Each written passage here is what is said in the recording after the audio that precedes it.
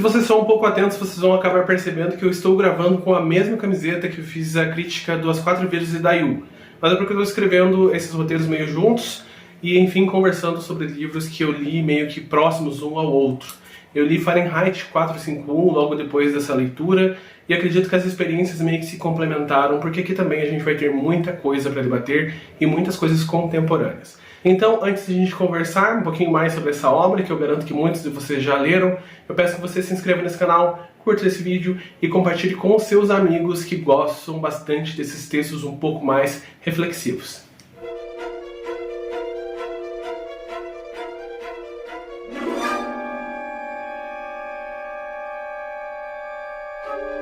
Tudo bem, pessoal? Meu nome é Diego Ferraz, sejam muito bem-vindos ao canal Cripteca e bem-vindos à crítica do Fahrenheit 451, nessa edição encapadora do Círculo do Livro que eu encontrei no sebo e contei para vocês há pouquíssimo tempo atrás no meu vídeo de unboxing de sebo por aqui.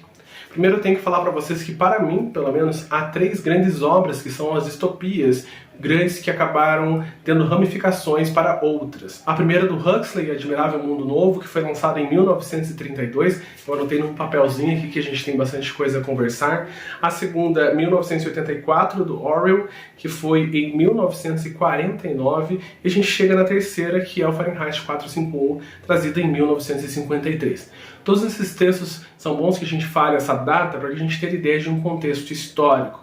Aqui, Fahrenheit, ele fala de um mundo moderno, com muitas coisas que são de fato reais hoje, num período há muito tempo atrás. Em Fahrenheit 451, a gente vai conhecer o nosso protagonista, que é o Montag. Montag é um bombeiro, num período muito diferente do que a gente vive hoje, porque ali os bombeiros, eles não apagam incêndios, eles causam incêndios. Nessa realidade, as casas são todas à prova de fogo.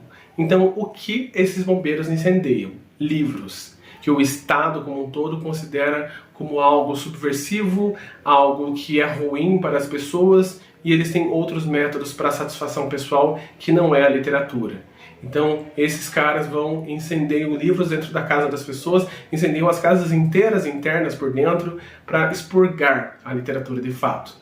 Esse personagem Montag está ali como bombeiro, muito feliz no seu cargo, só que ele tem uma coisa que é atípica, assim como todo herói dessas literaturas que eu citei anteriormente, que é essa centelha de dúvida, essa centelha de incômodo, que faz com que ele não aceite de fato o status quo como ele é trazido. Então logo no início a gente percebe esse personagem conhecendo uma adolescente que é sua vizinha. Essa adolescente adora andar de manhã cedo, passear, conversar, que não é uma coisa típica para aquele período, e ele acaba vendo nela o início dessa centelha de dúvida, porque ela traz uma pergunta que eu achei bem pertinente a ele, depois de uma conversa banal, que ele acaba até mesmo estranhando, que não é o hábito conversar com pessoas. Ela pergunta para ele: "Você é feliz?" Ele leva aquela pergunta como escárnio, mas aquela pergunta vai ecoando na cabeça dele a todo tempo. Nessa realidade, as pessoas se entretêm com o que eles chamam de televisão moral. Assim como em 84 tem o grande olho, aqui essas televisões representam as televisões que a gente conhece nos dias de hoje, só que elas são paredes de fato. Então imagina que um cômodo tenha 4 paredes. Na realidade onde eles estão, essas 4 paredes são televisões que passam a todo momento programações. Programações essas que são tão próximas dos nossos personagens que eles acabam considerando como parte da família aquela programação. Então eles vão tendo acesso a essas imagens, a essa forma de entretenimento e trazendo para isso a sua vida. E é por esse meio que o Estado como um todo começa a fazer com que essas pessoas se sintam tranquilas, se sintam pacificadas e não se sintam felizes, mas pelo menos se sintam preenchidas no dia a dia. Outra observação é que, além do Montag, há poucas pessoas que ainda têm essa centelha de curiosidade, pessoas essas que são mortas a todo momento pelo Estado como uma figura ditatorial. Finalizo então a crítica sobre esse livro dizendo que, com toda certeza, merece esse mérito de um dos maiores livros de distopia dos últimos tempos, porque aqui Bradbury trouxe reflexões pesadas e pungentes. Inclusive eu anotei algumas reflexões que eu tive enquanto eu li a obra, eu vou ler alguns trechos para vocês. Caso vocês não queiram ouvir reflexões, fica a critério de vocês. Eu vou dizer que é um livro ótimo, corra, vale a pena. Mas eu não vou dar nenhum spoiler de fato da obra, vou falar um pouquinho sobre o que eu dialoguei com o livro. Primeiro, posso dizer que esse livro é uma grande carta de amor à literatura, então a todo momento você sente esse carinho e essa reflexão do papel, da importância literária, da importância do que é escrito, do que é criado, do modo como você entende aquilo que está sendo lido, sem ser algo forçado para você. Você tem todo o direito, quando você pega um livro, de refletir sobre o mesmo. Então, indiferente ao lado que você esteja num debate intelectual, você pode pegar um livro do lado oposto, você pode ler, você pode dialogar com aquele livro, ter suas próprias ideias, escrever contrário, que inclusive é isso que acontece com muitos artigos e debates intelectuais. Já uma televisão, um celular, ela não te dá esse espaço, que é uma crítica que é trazida aqui. Mas falando sobre partes importantes do livro, tem uma parte inicial que é sobre a redução intelectual. Clássicos reduzidos a programa de rádio de 15 minutos, depois reduzidos ainda mais para caber numa coluna sobre livros que se lia em 2 minutos, acabando numa enciclopédia, num verbete de 10 ou 12 linhas. Estou exagerando, é claro. Mas havia muitas pessoas que só conheciam o Hamlet, como eu disse, através de um resumo de uma página num livro que afirmava: agora você pode finalmente ler todos os clássicos e enriqueça a sua cultura. Aqui eu achei muito interessante porque isso conversa muito com a nossa época de rede social, porque tudo vai sendo muito resumido, muito compilado, para que você consiga ter esse entretenimento rápido ou esse conhecimento rápido. Então, vídeos de telecurso no YouTube são cada vez mais curtos. Você vai no Instagram e tem um vídeo de pelo menos 1 minuto tentando te ensinar alguma técnica. Você vai ler resumos para o pré-vestibular dos textos que são cobrados, da literatura clássica. Esses resumos eles não ocupam mais de 2 páginas. Então, cada vez a gente está tendo conteúdo muito mais curto para que a gente consiga ter esse conhecimento mais breve, mas conhecimento esse que ele fica muito superficial e às vezes até mesmo conhecimento que ele chega por partes. Então você vai ler um compilado de conhecimento.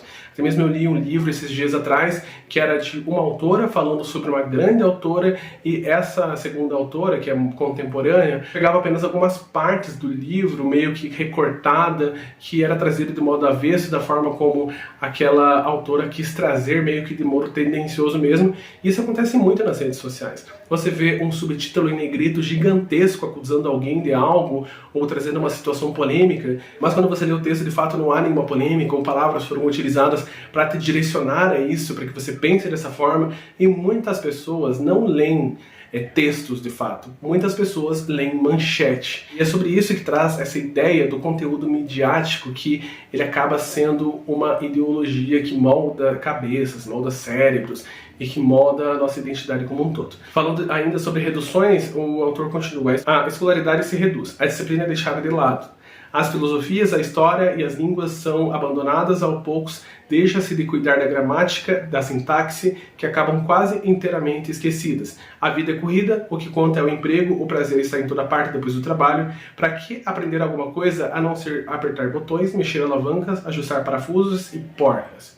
Mais uma vez aqui, lembrando que nós estamos em 1950, quando Bradbury escreve sobre isso. E aqui a gente tem toda essa ideia da automatização do trabalho, a gente também tem essa ideia, mais uma vez trazida pelo Huxley, de como as coisas se tornaram o que são nessa realidade, que é esse compilado e que é essa deturpação da intelectualidade. Então, a cada vez mais, quem lê livros muito grandes é visto como alguém que está perdendo tempo. Afinal, para que eu vou ler um livro de 500 páginas se eu tenho um compilado de 10 páginas e eu posso assistir televisão depois? Por que eu vou perder tempo em 2 horas de uma literatura clássica que eu vou ter que me esforçar, sendo que eu posso rapidamente pesquisar pela internet ou até mesmo ver o filme da obra? Quantas vezes eu vejo aqui pessoas falando: nossa, eu vou esperar virar filme, quando a obra ela traz muito mais do que isso. E nesse livro do Bradbury a gente vai ver muito sobre esse amor e sobre essa importância. Mas vamos partindo agora para outro debate do autor, que é sobre a forma, né? A forma como as coisas ocorrem. A coisa não veio de cima para baixo ditada pelo governo, não houve no começo nenhum decreto, declaração, nenhuma censura, nada disso.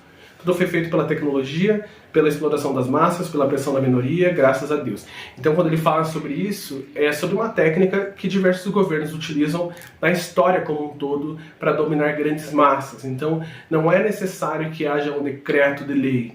É necessário que, primeiro, o papel da mídia vá amaciando a nossa carne, vai fazendo com que a gente acabe esquecendo as coisas, vai fazendo com que a gente relativize a importância. Por que eu vou ler livros? Ou, nossa, por que você está me citando tanta fonte? Quando até mesmo você tem algum debate na internet, para que você cita fontes para mim? Qual que é a importância de fontes?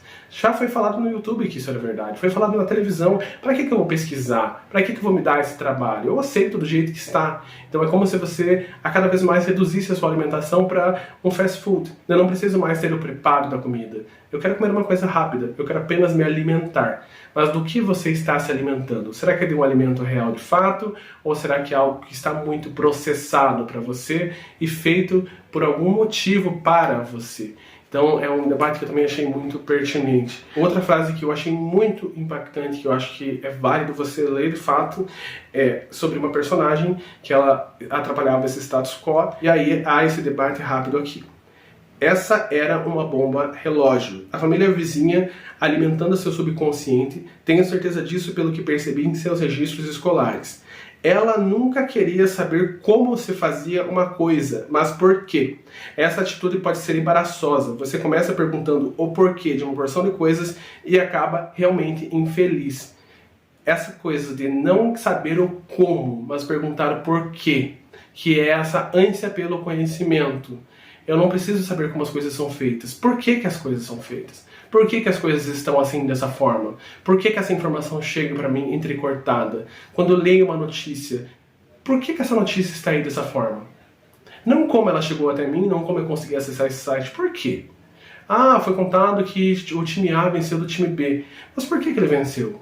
Quais foram as circunstâncias que levaram ele a esse ponto? E aqui é esse risco da pergunta, que qualquer estado autoritário, seja de esquerda, direita, centro, não importa qual estado, não importa qual religião, qualquer autoridade, a primeira coisa que é feita, o objetivo central de uma autoridade, é impedir com que você questione o porquê. O porquê é muito perigoso. E o livro, ele traz esse porquê a você. Porque o livro é uma reflexão muito individualista. Não é um passatempo que você tem com colegas. É você e você, lendo no teu quarto, lendo na sala, no ônibus, mas você está ali com o teu livro, refletindo na tua cabeça coisas que você quer refletir de fato. E coisas que você pode até mesmo ter um potencial de revolução. Fazendo a minha última reflexão sobre essa obra, que eu garanto que vocês terão muitas outras reflexões, assim como eu tive, a última é sobre a ideia do quanto nós temos a capacidade de criação. Aqui o autor escreve: a diferença entre o homem que apenas apara gramados e um jardineiro de verdade está no toque. Ele dizia: o cortador de grama bem poderia nunca ter passado ali. O jardineiro estará lá a vida toda. Então, aquilo que você toca, aquilo que você cria, ele muda vidas e muda pessoas. Os livros por si só são apenas folhas e papéis compiladas, com pequenas palavrinhas escritas, com uma capa dura, eles não são nada. Um livro parado na minha biblioteca aqui, ele é apenas um objeto que vai juntar pó, que vai passar o tempo e ele vai ficar parado. Mas quando eu abro ele para ler ele, de fato, o que eu faço da obra que está sendo escrita por ali, as reflexões que eu trago, a minha criação a partir desse livro, é isso que vai moldar o mundo. Isso é o papel da educação, isso é o papel da ciência, e isso é o papel da literatura, de fato, de quem escreve, de quem cria, mas acima de tudo de quem lê e quem traz esse texto para dentro de si. Então finalizo esse vídeo um pouco maior de tudo que eu já criei no debate literário por aqui, com um grande prazer. Foi um livro incrível, e é para mim que amo livros. Eu amei ler essa carta dessa forma, e com toda certeza você também vai amar se você ver por essa ótica mais acalentadora de quanto o livro é importante, o quanto o debate é importante e o quanto a gente acaba perdendo muito tempo em frente a uma tela de celular e longe dessas criaturinhas aqui para pensar um pouquinho aqui.